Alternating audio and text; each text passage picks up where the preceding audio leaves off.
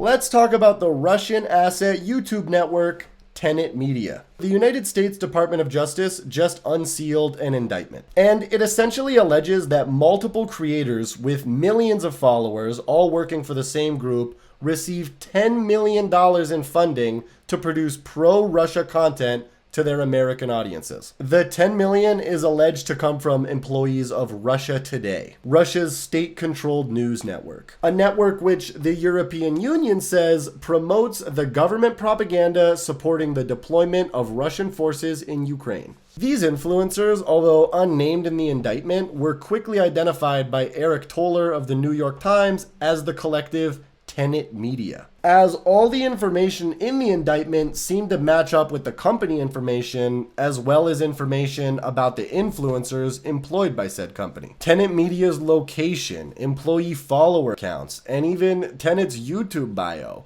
directly match that of the indictment. Quote from the indictment, the organization describes itself as a network of heterodox commentators that focus on Western political and cultural issues. And Tenet Media describes itself as a network of heterodox commentators that focus on Western political and cultural issues, which is hilarious. Like, yeah, no names. We want to keep this all anonymous. Make sure you put their very terrible slogan in there verbatim, though. Don't forget that. So the creators allegedly involved, Tenet Media's employees, are Lauren Southern, Tim Pool, Matt Christensen, Dave Rubin, Tyler Hansen, and Benny Johnson. Fuck, nightmare blunt rotation right here. Hit the blunt and start ranting about Jewish space lasers or some shit, you know? Because all these guys are known for just the absolute worst, bottom of the barrel, garbage right-wing content there is. Anti-gay,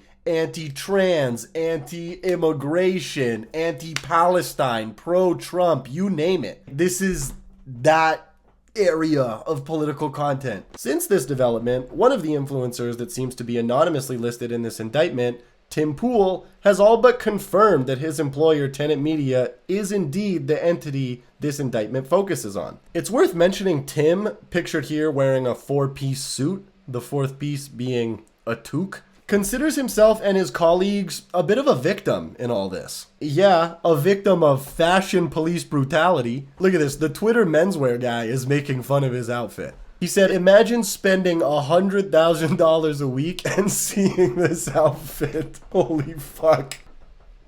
Holy shit. God forbid, if the Twitter menswear guy ever makes fun of my outfit, I'm logging off for good. You'll never see me again. Tim's victimhood to the Russian scandal is backed up by the indictment, which states the influencers themselves didn't know where the money was coming from. But Tim Pool, like the menswear guy said, was getting $100,000 a week as per the indictment to produce one episode a week. Like, if I was getting $100,000 per episode just to read scripts like this. Ukraine is the enemy of this country. Ukraine is our enemy. Ukraine is the greatest threat to this nation and to the world. We should rescind all funding and financing, pull out all military support, and we should apologize to Russia. I'd probably have a few questions about where that 100,000 is coming from. But no, all these political commentators, supposedly pretty politically aware people, all read what is clearly Russian propaganda, took their $100,000 checks, and just didn't think anything of it. Now, I know what you're thinking. Tenet Media is an American company that primarily focuses on American issues. It's a U.S. Department of Justice indictment. What the fuck does this have to do with Canada? Well, I'm glad I pretended you asked. Of the 6 employees, one is a Canadian with a huge Canadian audience, Lauren Southern, or as the Southern Poverty Law Center likes to call her, the alt-right's Canadian dog whistler. The rest of the group, the Americans, certainly overlap with Canadian audiences, but so does a lot of American content, so maybe that one doesn't matter as much. And the big one, the company involved, Tenet Media, is a subsidiary of a Canadian company called Roaming Millennial. Ah, so the plot thickens in the worst way possible. Truly a twist ending no one asked for. Okay. Some might remember Roaming Millennial as like an older right-wing YouTuber whose real name is Chen. Her channel was more popular in the past, and honestly, I thought she just fell off. But no, apparently she was busy creating shell companies to funnel dark Russian money into Canada. Great. So basically, Lauren incorporated her YouTube company using her YouTube channel name as the company name, Roaming Millennial. Roaming Millennial, the company, is owned by Lauren Chen and another Canadian right-wing influencer named Liam Donovan. Lauren and Liam, a married couple, how romantic, I now pronounce you Russian assets, are the only people listed in this indictment that are said to have for sure known this money was being provided by Russia for propaganda purposes. So out of 8 Tenet Media associates, 3 are Canadian, 2 of which are at the very top of this conspiracy. Not to mention, Tenet Media has produced at least 51 videos specifically pertaining to Canadian political issues, as documented by Luke LeBrun of Press Progress, before all the videos were taken down. Shout out Luke LeBrun.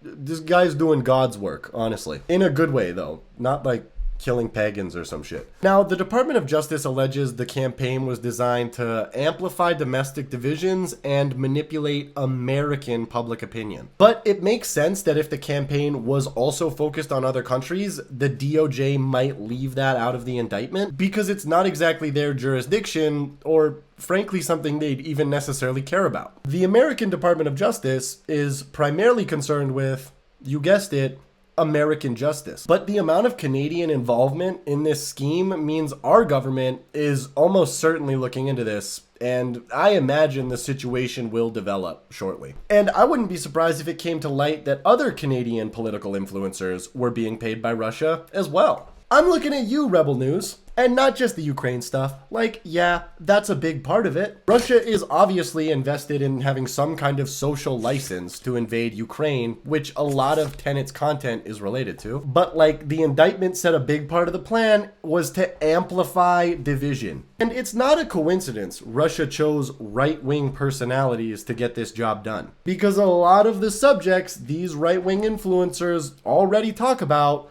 are divisive as fuck and align with Russian interests, making them ripe for Russian interference. You know, a lot of these right-wing personalities are already anti-immigrant, anti-gay, pro-Trump, all shit that aligns them with Russia. So Rebel News, driving around the anti-Muslim truck or inviting anti-Muslim activists to Canada to speak about immigration. Lauren Southern, the Canadian employee of Tenet Media, on YouTube telling her followers that you can't trust what you hear in the media about Ukraine. The Western Standard rallying its base to harass trans people in change rooms. Rebel News contributor Manny Montenegrino saying Trump is the real president of the people. All of this stuff would work really well with Russian campaigns to amplify division and skew public opinion towards a place that benefits Russia. I'm not saying that these people I just named are Russian assets. All I'm saying is, if I'm Russia,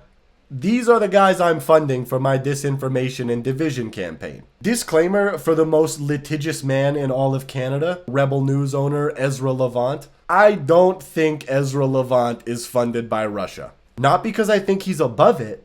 I just imagine if he was, he wouldn't be begging for money on Twitter all the time. And you know what? If there was Russian interests involved with these right-wing influencers, it would explain a lot. Like why so many of them seem to support Russia in the war on Ukraine, for starters. The recent notable increase of anti-immigrant sentiment. The recent noticeable increase of anti-2S LGBTQ plus sentiment. People who are still anti-vaxxers. Like, shut the fuck up. It's been years. If you don't want to get the vax, don't get the vax. Just shut the fuck up. Like, I was making fun of Lauren Southern's stance on immigration like 2 weeks ago. And if you told me 2 weeks ago that she was a Russian asset meant to amplify divisive rhetoric in Canada, well, honestly, I probably would have believed you. Because it just makes so much sense. Like, here I am thinking no one can hold these opinions in good faith.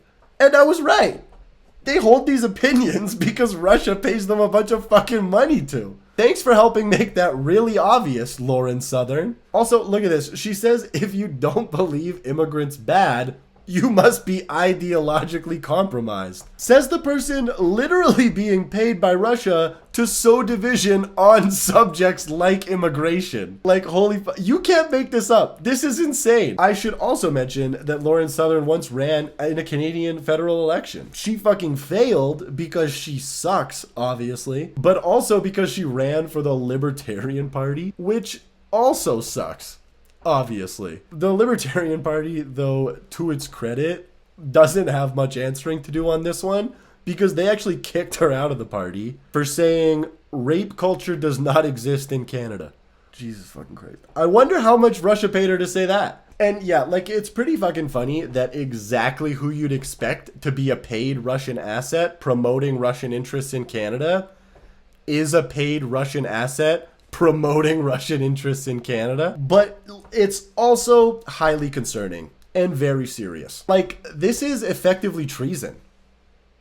Actually, let me check on that. Sorry, I'm not really up on my laws that only 5 people have ever gotten in trouble for. Okay, honestly, it doesn't seem like it's treason. Unless you count Russia Today employees as armed forces, which is a stretch probably. Like, I don't know, maybe you can, because they effectively collaborate with Russian armed forces by trying to justify the invasion of the Ukraine. I don't know. I'm not a lawyer, okay? Get off my case. What I do know is that Russia has interfered with and attempted to manipulate United States elections using online content. Now they're funding a group of Canadians to do the same thing, with the inclusion of a bunch of Canadian-oriented content. So maybe it's not explicitly illegal, which it probably is, or should be if it's not. It's definitely fucked up. No two ways about it. This is really, really not a good thing to do, guys. And maybe it's true that the influencers themselves didn't know, although I highly doubt that they didn't at least have suspicion about where the millions of dollars to spew Russian propaganda was coming from. Hello, here is script.